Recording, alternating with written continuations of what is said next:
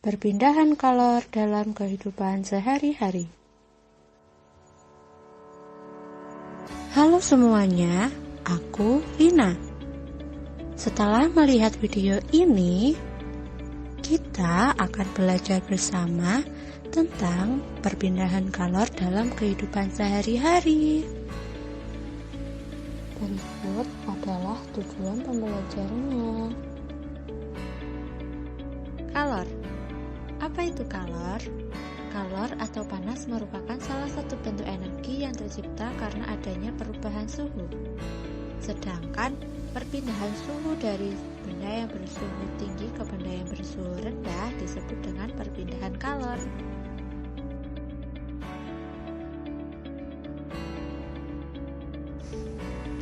Jika kalor dapat berpindah karena perbedaan suhu, lalu apakah suhu itu?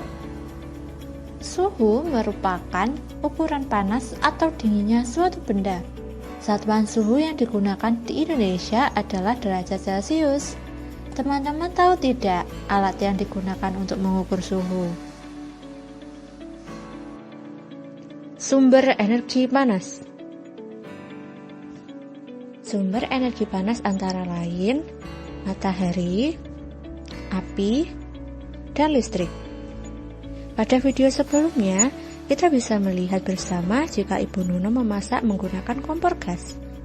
Jadi, sumber panas yang digunakan Ibu Nuno adalah... Coba kamu perhatikan benda-benda berikut ini. Apakah kamu menemukan perbedaannya? Tepat sekali. Ketika benda tersebut memiliki perbedaan, perbedaannya terdapat pada wujudnya. Buku adalah salah satu benda yang berwujud padat. Air adalah salah satu benda yang berwujud cair.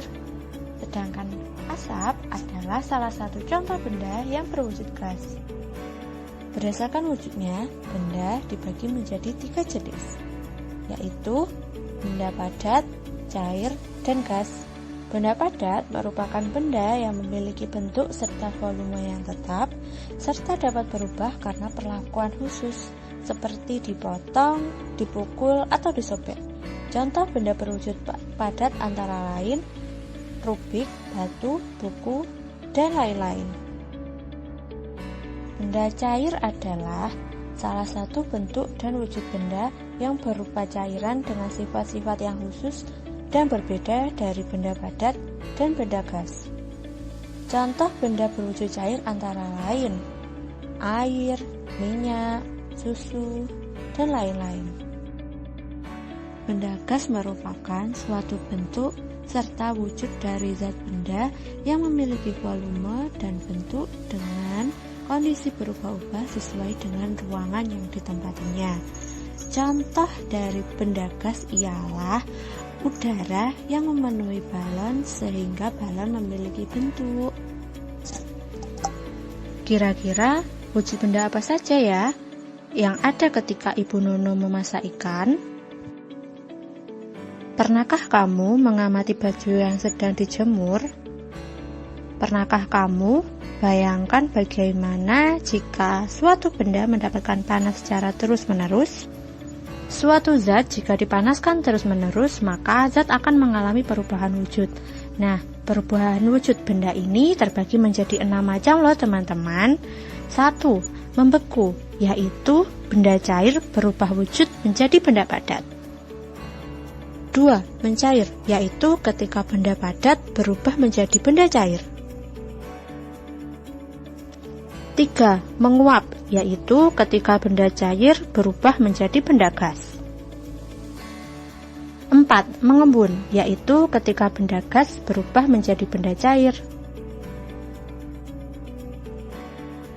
5. Menyublim, yaitu ketika benda padat berubah menjadi benda gas. 6. Disposisi atau mengkristal, yaitu ketika benda gas berubah menjadi benda padat. Pernahkah kamu mengamati kabel-kabel yang dipasang di tiang listrik? Mengapa kabel listrik dipasang kendur ya? Kenapa tidak dipasang kencang saja? Kabel listrik dari tiang satu ke tiang yang lain dibuat kendur karena pada malam hari suhu akan turun dan menyebabkan kabel mengalami penyusutan. Saat siang hari, kabel listrik akan mengalami pembuaian. Sehingga dengan pemasangan kabel kendur ini, kabel akan menjadi tidak mudah putus. Teman-teman tahu tidak apa itu pembuaian dan penyusutan? Pada umumnya, benda yang dipanaskan suhunya akan naik. Kenaikan suhu benda umumnya juga akan diikuti pertambahan ukuran benda. Pertambahan ukuran benda inilah yang disebut dengan pembuaian. Sebaliknya, jika suhu turun, benda akan menyusut. Pembuaian dan penyusutan bisa terjadi pada logam, udara, dan air. Nah, jadi kalor tidak hanya mempengaruhi wujud benda saja ya, tetapi juga pada volume benda itu sendiri. Selain kabel listrik, pemasangan kaca jendela juga diberi celah loh. Dan pemasangan rel kereta api juga termasuk contoh benda yang mengalami pembuaian dan penyusutan. Selain 3 contoh tadi, kira-kira adakah benda lain yang mengalami pembuaian dan penyusutan karena perubahan suhu? Pada video sebelumnya, kita telah mengamati bagaimana Ibu Nunu memasak ikan. Menurutmu bagaimana bisa minyak yang tadinya dingin bisa menjadi panas? Jawabannya adalah karena perpindahan kalor. Perpindahan kalor merupakan proses perpindahan panas di antara benda-benda yang disebabkan oleh adanya perbedaan suhu, yaitu suhu panas dan suhu dingin. Proses yang terjadi pada perpindahan kalor adalah ketika suhu panas pada benda berpindah dari benda yang bersuhu tinggi ke benda yang bersuhu lebih rendah. Benda yang bersifat konduktor bisa menghantarkan panas dengan baik, contohnya seperti tembaga, besi, air, timah, dan aluminium. Sementara itu, benda yang menghantarkan panas dengan buruk disebut isolator. Contoh benda isolator antara lain plastik, kain, kayu, karet, kertas, dan ban. Proses perpindahan kalor ini dapat terjadi dengan 3 cara, yaitu perpindahan kalor konduksi, konveksi, dan radiasi. Perpindahan kalor konduksi yaitu cara perpindahan panas melalui benda padat yang tidak disertai dengan perpindahan partikel benda yang dilalui.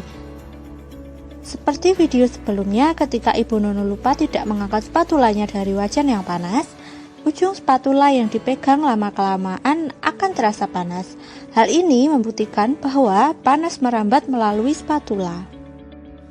Perpindahan kalor konveksi atau alami dan paksa yaitu perpindahan panas yang terjadi karena perpindahan molekul yang membawa panas. Seperti yang terjadi pada peristiwa memanaskan minyak di wajan. Perpindahan kalor radiasi yaitu perpindahan kalor yang terjadi tanpa zat perantara. Seperti pada saat baju bisa lebih cepat kering ketika cuaca sedang cerah, karena panas dari matahari dapat menjalar sampai ke baju yang basah, sehingga air akan mengalami penguapan lalu baju akan menjadi kering. Setelah menonton video penjelasan materi ini, apakah teman-teman sudah mengerti bagaimana perpindahan kalor dalam kehidupan sehari-hari?